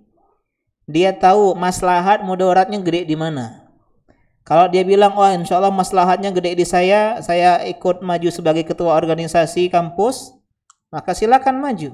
Ya, hanya saja kalau saya pribadi, ya saya akan ya mundur. Ya, kenapa? Ya karena zaman sekarang ya untuk berkecimpung di organisasi seperti itu berat sekali ya amanahnya, kemudian pasti banyak gesekan-gesekannya ya, sehingga berat. Apalagi kita dijadikan dalam tanda kutip bidak kampus untuk meredam aksi. Ini berat sekali posisi seperti ini. Ya berat sekali. Biasanya organisasi itu kan melawan kampus. Ya. Ini malah ya menyupport kampus. Ya, wallahu taala a'lam. Apa ini maksud dengan ayat Al-A'raf 179? Wih, cak aku hafal Quran bae budak ini. Dan siapa orang-orang itu? Mana Al-Arab dulu? Buka HP dulu ya. Ya. Jadi saya teringat dengan kisah seorang dosen. Ya, ada seorang mahasiswa yang dia hafal Quran sampai nomor-nomornya. Tapi dia tuh nulisnya lambat sekali. Gak bisa nulis cepat Arab. Sehingga ketika dia ujian tafsir, ujian semua madal, semua mata pelajaran, ya, dia menjawab dengan Quran ayat sekian, surat sekian, ayat sekian. Sebutkan dalilnya. Dia bilang Al-Imran 179. Oh, dipanggil ustaznya. Ini siapa yang nguji? Katanya. Aku apa kau? Ya, ini siapa yang ngasih ujian? Iya. Jadi apa? Kan kalau kita ini kan biasanya tuh hafal ayatnya aja. Ini paham ayatnya gitu. Tapi nggak paham surat sampai nomor-nomornya. Ya. Ya Allah taala alam. Bagaimana melihat kita tobat nasuha kita diterima, Ustaz? Apakah ada ciri-cirinya? Ciri-cirinya ya tidak mengulangi lagi, ya tidak mengulangi kesalahan itu lagi dan menjadi pribadi yang lebih baik. Itu diantara tanda-tanda tanda-tanda dia diterima tobatnya, ya diterima tobatnya.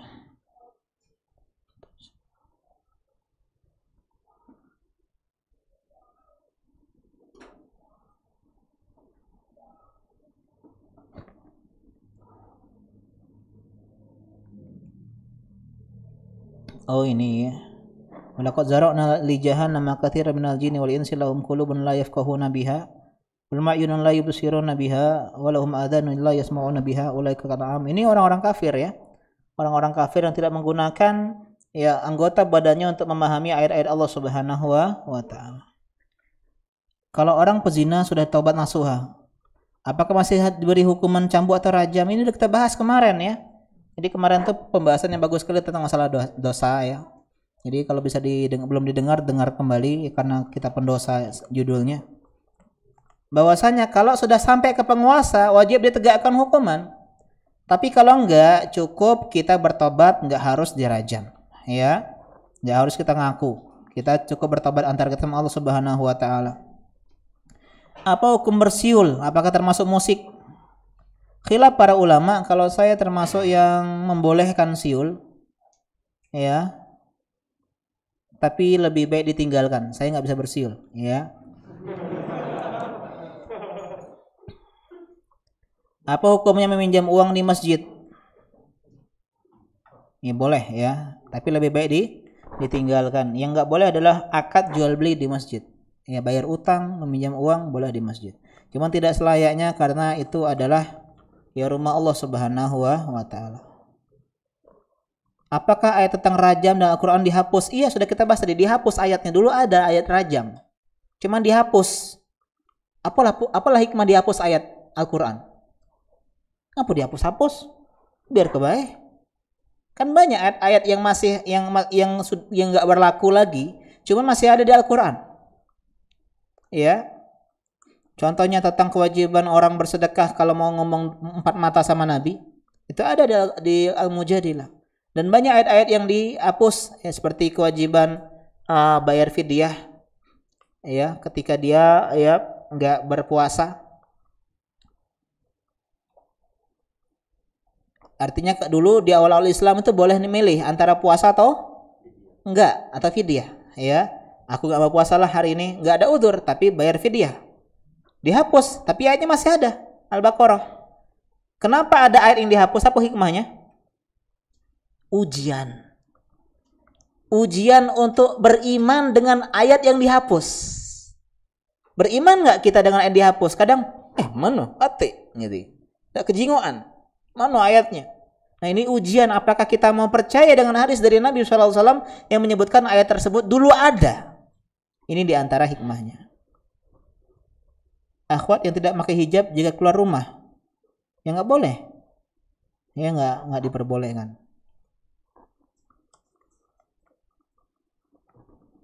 Dosa adalah yang diharamkan, dilarang, apa yang ada itu masuk dosa besar atau dosa kecil? Anggap dosa besar ya. Menonton hal-hal yang diharamkan, melihat aurat termasuk dosa besar atau dosa kecil. Jangan nanya seperti ini, ya. Agak mendosa kecil aku jawab, kamu ningok, ya. Agak aku bilang dosa besar, apa aku bohong mulu, ya. Anggap saja dosa besar, semua dosa. Selalu nggak sengaja terlihat, tapi diteruskan. Setelah itu menyesal ya. Ya tapi sekarang memang ini media sosial ini memang, kalau saya boleh memilih saya pengen seperti Ustadz Hidayatullah hafizahullah. Ya beliau enggak ada medsos, enggak ada IG, enggak ada Facebook. Yang ada hanya WhatsApp, itu pun hanya untuk urusan pondok.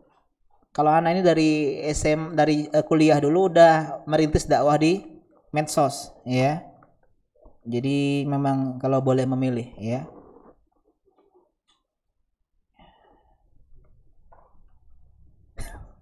Ini lucu ya. Ustadz mengenai ada ayat Al-Quran yang dihapus, hukum yang dihapus tadi, siapa yang hapusnya?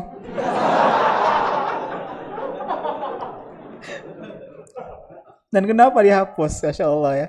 Yang menghapusnya Allah Subhanahu wa taala. Man nansakh min ayatin aw nunsiha illa nati bi khairi minha aw misliha, ya. Tidaklah kami menghapus suatu hukum, suatu ayat, ya, anulir gitu, dihapus, melainkan kami berikan ganti yang lebih baik atau yang semisalnya. Jadi untuk beriman ujian, kalau yang dihapus, kalau yang datang keduanya ini lebih susah, ujian, bersabar nggak kita? Contoh, dulu kan puasa itu kan boleh milih antara puasa Ramadan apa enggak?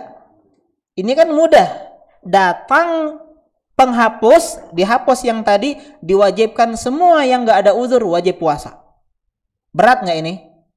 Berat. Bersabar nggak? Itu ujian. Biar kita dapat pahala sabar. Kalau lebih mudah dahulu puasa Ramadan, dulu kalau sudah tidur habis Isya, bangun jam 1 malam, nggak boleh makan. Katek sahur dulu Pak. Jadi kalau sudah tidur, ya, kemudian kita bangun jam 2 malam, jam 11 malam, kita sudah langsung puasa sampai maghribnya. Ini berat? Berat. Datang ayat, ya, fakulu washrabu hatta yatabayyana lakumul khaytul abyad minal khaytil aswad minal fajr. Kemudian disuruh makan, minumlah sampai terbitnya fajar shadiq. Ini lebih mudah apa lebih berat? Lebih mudah. Diuji juga apakah kita bersyukur. Ya, jadi banyak di antara ayat-ayat ya tentang penghapusan. Dulu khamr dihalalkan, dihapus menjadi haram. Ya, jangan ada yang bilang ini ayatnya la taqrabus shalah wa antum sukaro. Jangan kau salat kalau kau mabuk. Berarti mendak nak salat, boleh mabuk. Iya kan katanya. Kita bilang, Pak, itu ayatnya dihapus hukumnya, tapi masih ada. Siapa yang menghapusnya? Allah dan Rasulnya. Kita nggak boleh ngapus ayat sembarangan. Ya, Pak Ustadz nggak boleh ya. Ini apa? Tapi ini berasal dari hati yang pengen tahu. Ya, maaf ya bagi yang bertanya. Bagus ya. Demikian kita akhiri. Oh, ada pertanyaan dari pihak ini ya.